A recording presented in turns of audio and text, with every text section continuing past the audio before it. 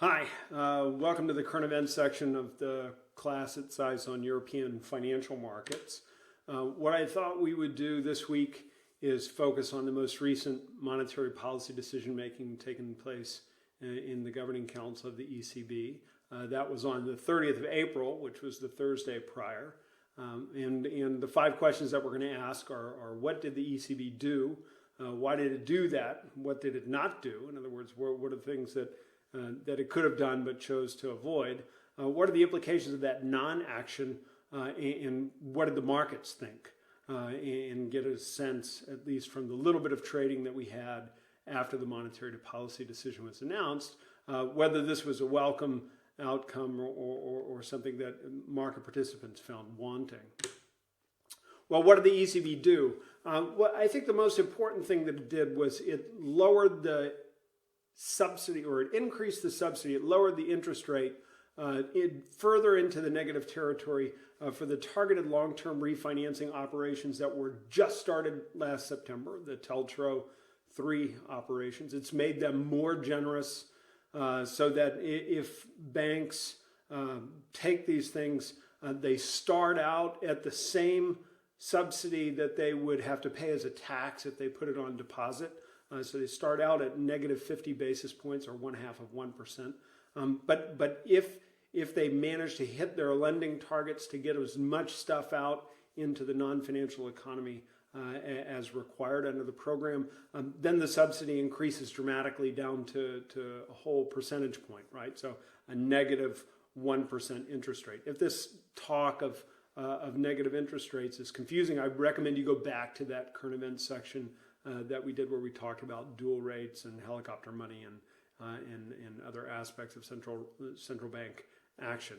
But this is all good news, because what it means is that the bank lending into the real economy should be further encouraged as a result of that. The ECB also introduced a new pandemic emergency longer term refinancing operation.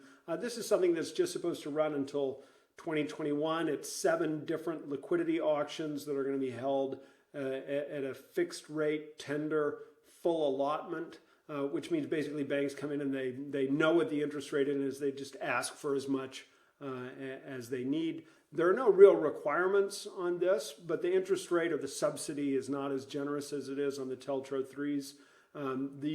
These get subsidized by 25 basis points below the marginal refinancing operation, the main refinancing rate that the ECB has. So that would be negative 25 basis points. And this is a very attractive sort of short-term liquidity offer, because the alternative would be go to the central bank and get 0 when you could get 25 basis points on the money that you're borrowing. Again, think of this in terms of the dual rate structure. What they're trying to do is to make sure that there's enough liquidity in the banking system to get back out to people who need credit. And that's because there's a lot of concern that there's a liquidity crisis out there, that people are having to make payments. They're not getting revenue in at the moment, but they'll get that revenue in later. So they're not yet insolvent. They're just illiquid. And so the banks need to come and subsidize their activities. The other thing, and since I'm a political economist, and one of the things that I find more interesting is when the president of the ECB, Christine Lagarde, delivers a very strong message. And the strong message that she delivered at this press conference, particularly in the question and answer period, was about the use of outright monetary transactions, which is the emergency program that was introduced in the summer of 2012 by Mario Draghi as part of his whatever it takes thing. And she makes it absolutely clear, outright monetary transactions and the whole idea that Italy, by borrowing money from the European Stability Mechanism as part of this new pandemic emergency stability arrangement that the Eurogroup set up or proposed and the European Council just accepted, even if that did qualify it for support from the ECB under the outright monetary transactions policy, where the ECB just buys unlimited amounts of short maturity sovereign debt to support that country in the markets, even if it did qualify them, that's not the right policy to use. That's her point. It's just not the right policy to use. The best tool for the ECB to use to support countries in the face of what Christine Lagarde described as a system-wide symmetrical shock is not outright monetary transactions. It's the Pandemic Emergency Purchase Program, or PEP. The other message that Lagarde delivered, I think that was really important, is that the ECB simply will not tolerate any damage to the monetary transmission mechanism. And what she meant by that is that they're not going to allow European financial markets to fragment further under the weight of this crisis. And instead, she'll support whatever government or country needs support in order to bind European financial markets together. This is very different from what she said inadvertently on the 12th of March, but it's in tune with what she was trying to say in other parts of her 12th March press conference. Here it just comes out a bit more clearly, and it's obvious she's reinforcing that message. We'll get to how much more it needs to be reinforced in a minute. But this is what the ECB did essentially when Christine Lagarde did her opening statement and introduction of the policy measures, and then the question and answer period that followed. So why did the ECB do that? Well, the ECB has been looking at the impact of the lockdown measures that we have in order to keep a disproportionate number of people from dying from this coronavirus-related crisis. And what they've discovered is that the impact in terms of gross value added on different sectors of the economy is dramatic, right? I mean, if you were to look, for example, at the retail, transport, accommodation, food services activity sector, they believe that that's down already 60%, right? And indeed, manufacturing is down 40%, so is construction, so is industry, excluding manufacturing and construction. So the main sectors of the economy are all hammered, and the implications of this are quite significant. And they're quite significant, particularly as we look at the potential for losses to drag out over time, because the longer these losses are allowed to accumulate, the more difficult it will be to process. And so what the ECB did is they came up with 3 different scenarios, and you're going to see all of those in Chart A on the left-hand screen. What Chart A does is it says, okay, well, what is the time profile of the loss? Now, these are losses. The positive number is a bigger loss, so it's not a good thing. And what you see is that all the losses under any scenario are the same, arcing up to 100%. We lost as much as we lost as a result of the shutdown. But if the situation remains very severe, then some of these losses are going to be enduring all the way through 2022, right? And they estimate that that's somewhere around 28% of what we lost. There is a scenario, what they call the mild scenario, where this problem tends to go away. But even in the mild scenario, we don't recover where we were until the middle of 2021, right? That's the scenario that everybody is hoping is going to come to pass, but may not. And in between the severe and the mild scenario is this medium scenario, where the losses are enduring and stretched out into 2022. They're just not as bad as they might be otherwise. That's not a great prospect, right? So we really have to be lucky to get out of some serious and lasting damage from this crisis. Serious and lasting, meaning in the double digits and extending out 2 to 3 years. And the losses are not just because of what's going on the inside, it's because this is affecting the whole world. So what they've done in Chart B is look at the implications in terms of foreign demand. The mild scenario shows the rest of the world demanding a significantly lower amount of European output into 2020, but then recovering relatively quickly in 2021. We get back to where we were before the crisis started, and then presumably grow thereafter. That's the good news scenario. The bad news scenario is that we never really get back to where we started in terms of at least the time horizon that they have in their scenario planning. So over the next 2 to 3 years, we're still 7 or 8% down in terms of global demand for European output, and that lies on top of the losses that we've incurred in terms of value added domestically. So this is a really bad situation, but it's not just bad because of what the modelers say. It's bad because of what the modelers don't know. So what Philip Lane, the chief economist of the European Central Bank, did is he wrote a blog post that came out on May the 1st. And in that blog post, in his characteristic economic language, he explained that, look, there's this high intrinsic uncertainty about all the different variables that you might take into account in trying to understand how this crisis is going to evolve. And whenever we face that, what ends up happening is that people start to get scared, and so they start building up buffers now. But their actions in building up buffers now to protect themselves against an uncertain future have the implication of imposing further losses on the economy. And what he says is, this is a lasting implication, right? This is something that's going to go on for a long time. Historical comparisons suggest, and when the uncertainty is as extreme as it is at the moment, the fact that people are earning less money, the fact that they're more afraid for the future is going to put off investment decisions for a significant amount of time, and that's going to lower our economic performance as well. So there's a really powerful reason for the ECB to believe it needs to respond quickly. Not only is there a powerful reason for the ECB to believe it needs to respond quickly, there's a powerful reason for the ECB to believe that it needs to reverse the mismessaging that came out of the 12th of March and to reassert the central role of the European Central Bank in binding the different financial economies of Europe together. Now, there's a lot of jargon baked into here, but the basic message that Lane is trying to suggest is that it is a basic task for the ECB to stop investors from selling everything they have in one country and moving it to another country, particularly when the thing that they have to sell is sovereign debt, and when doing so would impose a disproportionate cost on the country that they're leaving. And so the ECB is going to come in. It can't really stop these investors from trying to do that, but it can come in with its own weight in the market to support the price of these sovereign debt instruments, to stop this flight to quality from having a self-fulfilling dynamic.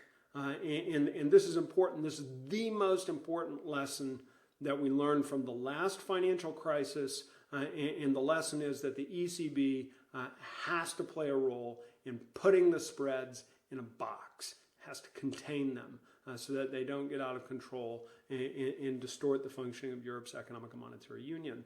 And the crucial element in all this is the Pandemic Emergency Purchase Program, which is that big 750 billion euro package that they agreed on the 18th of March.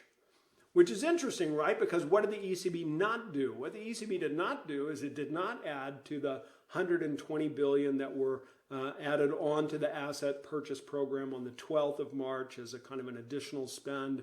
And it did not increase the size of the Pandemic Emergency Purchase Program that it created on the 18th of March. Both Lagarde and Lane, that should be Lane, not Land, did say that the ECB could increase these programs and that it would do so when necessary. And Lagarde is at the top and Lane is at the bottom. And they emphasized also the possibility to use these programs flexibly, but they did not increase these programs themselves. And so what that means for the future, I think is important, because a lot of people were expecting them not to do this, but enough people were expecting them to push for an increase in the size of the PEP because of the way the program has been performing recently, that not doing so is important, right? It's important because what it means is that market participants are going to continue to scrutinize both programs, but the PEP program in particular, they're going to look at it very closely in order to understand the volume that's being spent on a weekly basis, and I'll try to come up with those numbers from the start of the week. But as of the start of last week, so before this monetary policy decision had been taken, the ECB had already spent about 96 billion out of the 750 billion in the Pandemic Emergency Purchase Program. It had already spent it, and it had spent it in about a month, which means that they can make it to maybe September, October, if they keep this burn rate going. But that burn rate is actually pretty low because they've been spending a lot of the 120 billion that they announced on the 12th of March. and that money is going to run out even more quickly. So we're in a situation now where a lot of people are going to be looking at the volume, the burn rate, and the distribution of the spending, right? Particularly in terms of composition across assets and maturities, to understand what the ECB is trying to achieve as a consequence of this policy and how far it's likely to be able to go. Now, the good news is that with all that scrutiny coming into the program, there have been a lot of complaints sort of floating around that the ECB wasn't being transparent enough. And now the ECB is going to provide much more data on a bi-monthly basis about what's going on in the program, what the asset portfolio looks like, and how this program is likely to evolve. But even with all that data, the speculation is still going to be there that they're going to have to increase the size of the program eventually. And, you know, economists, whenever they think eventually, they try to discount it back into the present. So we should expect to see pressure growing on the Governing Council between now and the 4th of June, which is when they next meet, right? So they've got 6 weeks between meetings. The 4th of June is the next meeting. And even though the ECB's Governing Council has been making slight modifications to the program on almost a weekly basis now, and we should expect them to continue to make those slight modifications going into the future, the big decision about the increasing the size of the envelope, I think, is going to take a monetary policy meeting. And so now we're going to have to wait for June unless they decide to call some kind of emergency meeting. And if they do, that would mean that bad things are really happening.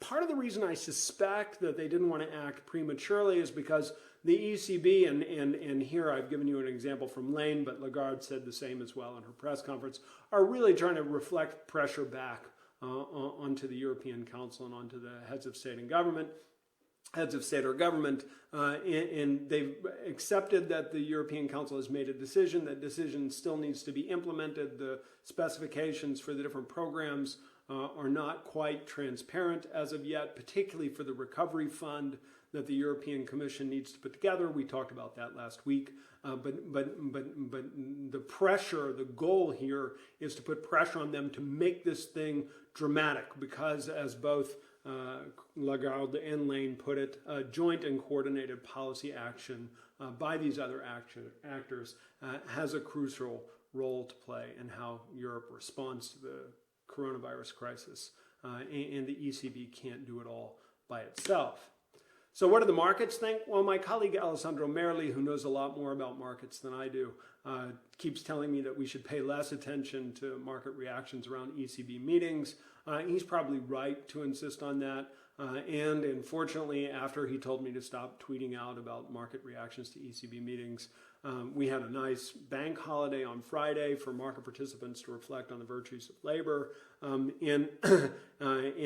yet, I guess, as much as I agree with Alessandro that we should be less obsessed with market interpretations, I mean, just look at this picture of the spread between Italy and Germany.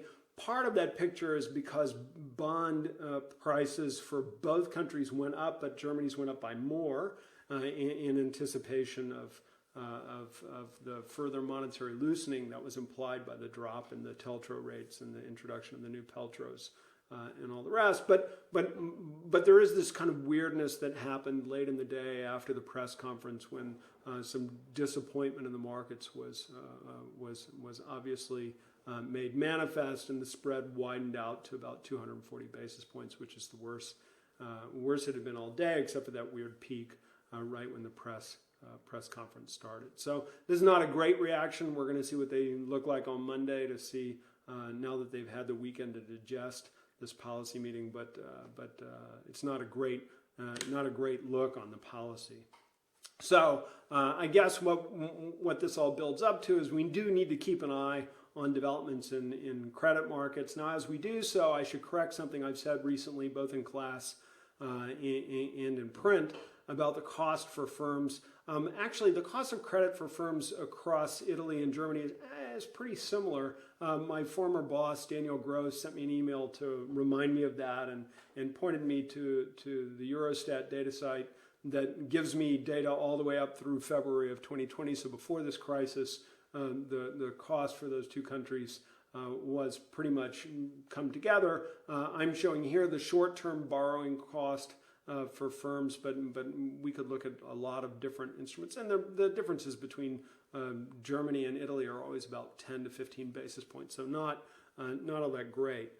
Having said that, right, when you go back in time, what you do see is that there's this huge widening out in the relative cost of borrowing. I just hadn't updated my statistical memory, and as Daniel was quick to point out, that widening out had a lot to do with the relative weakness of the small and medium enterprise sector, and that's because in Italy relative to Germany, and that's because these liquidity crises can rapidly evolve into solvency crises, and the small and medium-sized enterprise sector in Italy had a solvency crisis that extended far longer after the first global and economic and financial crisis that started in 2007, 2008, extended far longer in Italy than it did in Germany. And as that solvency crisis really stepped in, that's why all the Italian banks got into trouble and why Italian economic performance has been so risable lately. The Italian recovery has been slow and incomplete. And so I stand by what I said in my print argument about European disintegration, even if I should admit that the data I was alluding to in one sentence was not as clear as it should have been for me to make that kind of a statement. Having said that, the ECB is right to be concerned, and I'm concerned as well. The European Commission needs to devise an impressive recovery program if this situation is not going to deteriorate. All you have to do is give some thought to the dispersion of borrowing opportunities and the impact on economic performance and the length of the shutdown that we're likely to face, and you realize that these economies are all going to be hurting, and some economies are going to be hurting more than others, despite the symmetrical nature of the shock. So addressing it, I think, is really important, and we should keep an eye on how well they do with that. Anyway, thanks for your time, and we'll see you again next week.